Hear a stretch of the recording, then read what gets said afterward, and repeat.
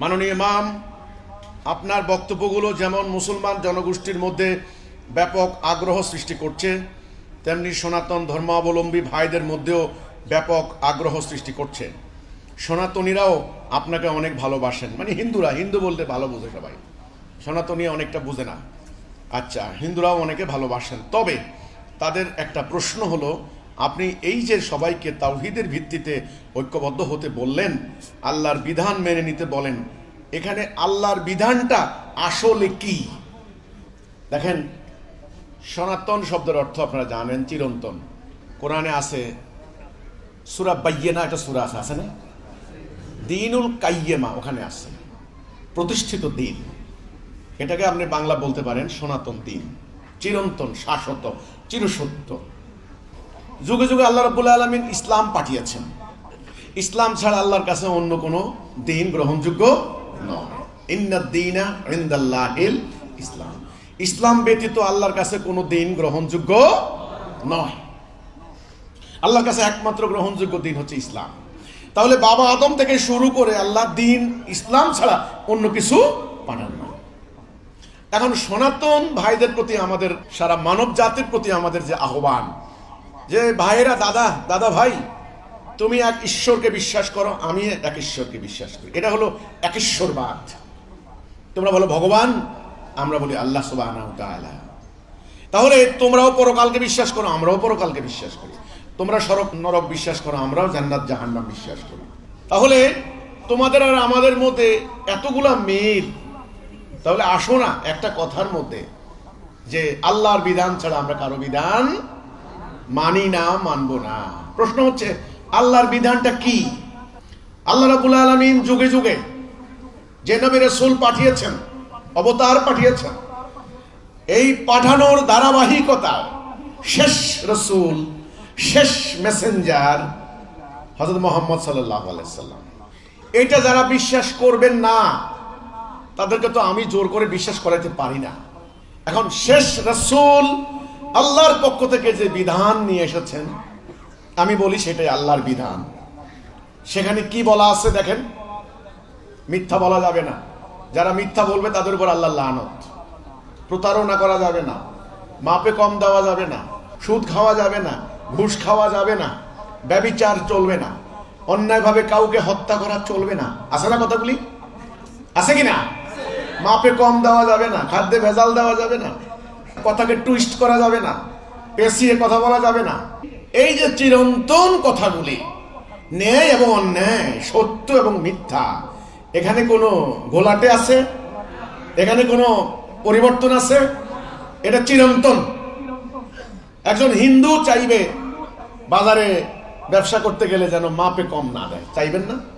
একজন মুসলমান যেমন চায় খাঁটি দুধ, হিন্দুও চায় খাঁটি দুধ। আমার কথা, তাহলে এই চিরন্তন সত্য কথা হচ্ছে এই, আল্লাহ রাব্বুল আলামিন যেটা নাজেল করেছেন, যেটা হলো ডান ধর্ম, আর যেটা আল্লাহর অভিপ্রায় নয়, ইবলিসের ষড়যন্ত্র, শয়তান, আসরিক শক্তি, ওটাই হলো বাম, মানে মিথ্যা, অধর্ম। হিন্দু ধর্মের মধ্যেই আছে ধর্ম স্থাপনা হেতু তিনি যুগে যুগে আসবেন। কোরআনে আল্লাহ রাব্বুল আলামিন বলেছেন তিনি হেদায়া পাঠাবেন। ফাইম্মা ইয়াতিয়ান্নাকুম মিন্নি হুদা ফামান তাবিআ হুদায়া ফালা খাউফুন আলাইহিম ওয়ালা হুম ইয়াহজানুন। আল্লাহ বাবা আদমকে বলেছেন আমি হেদায়া দেব। হেদায়া মানে রাইট ডাইরেকশন, সঠিক পথ নির্দেশনা। যিনি হেদায়া নিয়ে আসবেন তিনি হাদী। প্রত্যেক নবী রাসূলরা হাদী। এই যুগেও আল্লাহ রাব্বুল আলামিন হেদায়া দিবেন, যদিও নবী আসবে না, রাসূল আর আসবে না। কারণ শেষ নবীর উপরে আল্লাহর দেওয়া দ্বীন নাযিল হয়েছে, পূর্ণতা পেয়েছে।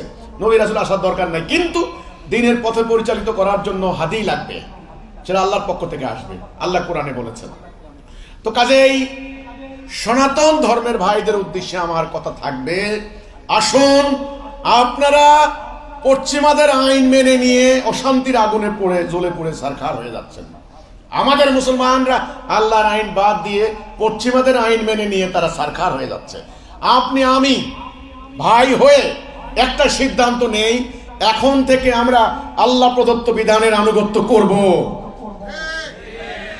আমি হলফ করে বলতে পারি সেখানে সাম্প্রদায়িকতা নাই, সেখানে আপনাকে সেকেন্ড ক্লাস অফ সিটিজেন করা হবে না, আপনার প্রতি ডিসক্রিমিনেশন করা হবে না, কোনো ধরনের অন্যায় চলবে না। যদি আপনি সত্যবাদী হন, আপনি রাষ্ট্রে সম্মানিত হবেন।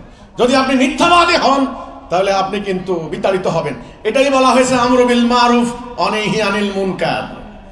তোমরা সেরা জাতি, তোমাদের কাজ হলো সৎ পথের আদেশ দিবে, অসৎ পথ থেকে বিরত রাখবে। অর্থাৎ যারা সৎ পথে চলবে, যারা সৎ মানুষ, যারা সত্যনিষ্ঠ মানুষ, যারা ডিসিপ্লিন, যারা আনুগত্যশীল, যারা মানবতার কল্যাণকামী, যারা ঐক্যবদ্ধ থাকতে চায়, শান্তি চায়, এই শান্তিকামী জনতা, এরাই হলো মোমেন।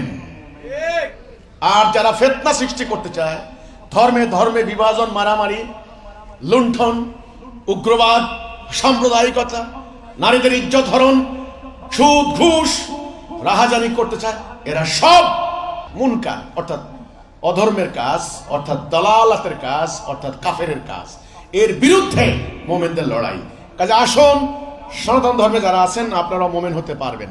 শর্ত একটা, একমাত্র ঈশ্বরের হুকুম ছাড়া কারো হুকুম। এটার নাম একেশ্বরবাদ। এটার নাম কি? একেশ্বরবাদ, আরবিতে ওয়াহাদানিয়াত। আর আপনাদের ধর্মের মধ্যে তো আছে একত্ববাদ, একজন ঈশ্বরের হুকুম মানা। সেটার দিকে আমি আপনাদেরকে ডাকছি, এবং এটাই শান্তি, সেটার গ্যারান্টি দেব ইনশাআল্লাহ। এখানে আসতে গেলে আপনাকে ধুতি টিকি পৈতা ছেড়ে আসতে হবে, আমি সে ধরনের কোনো শর্ত দেই না। শুধু একটা শর্ত, সেটা হলো কি, আমরা সবাই মিলে কি, মোহাম্মদ আব্দুল্লাহ আর আপনি শ্রীকৃষ্ণ একত্রিত হয়ে আমরা একটা সিদ্ধান্ত নেব, আমরা এক আল্লাহর হুকুম ছাড়া কারো হুকুম মানব না। বাস, আল্লাহর হুকুম কেমনে প্রতিষ্ঠা হবে, সেই শান্তিপূর্ণ বিধান আল্লাহর উপর ভরসা করে বলতে পারি, তার রূপরেখা আল্লাহ আমাদেরকে দান করেছেন। এখানে আল্লাহর সাহায্যের প্রমাণ।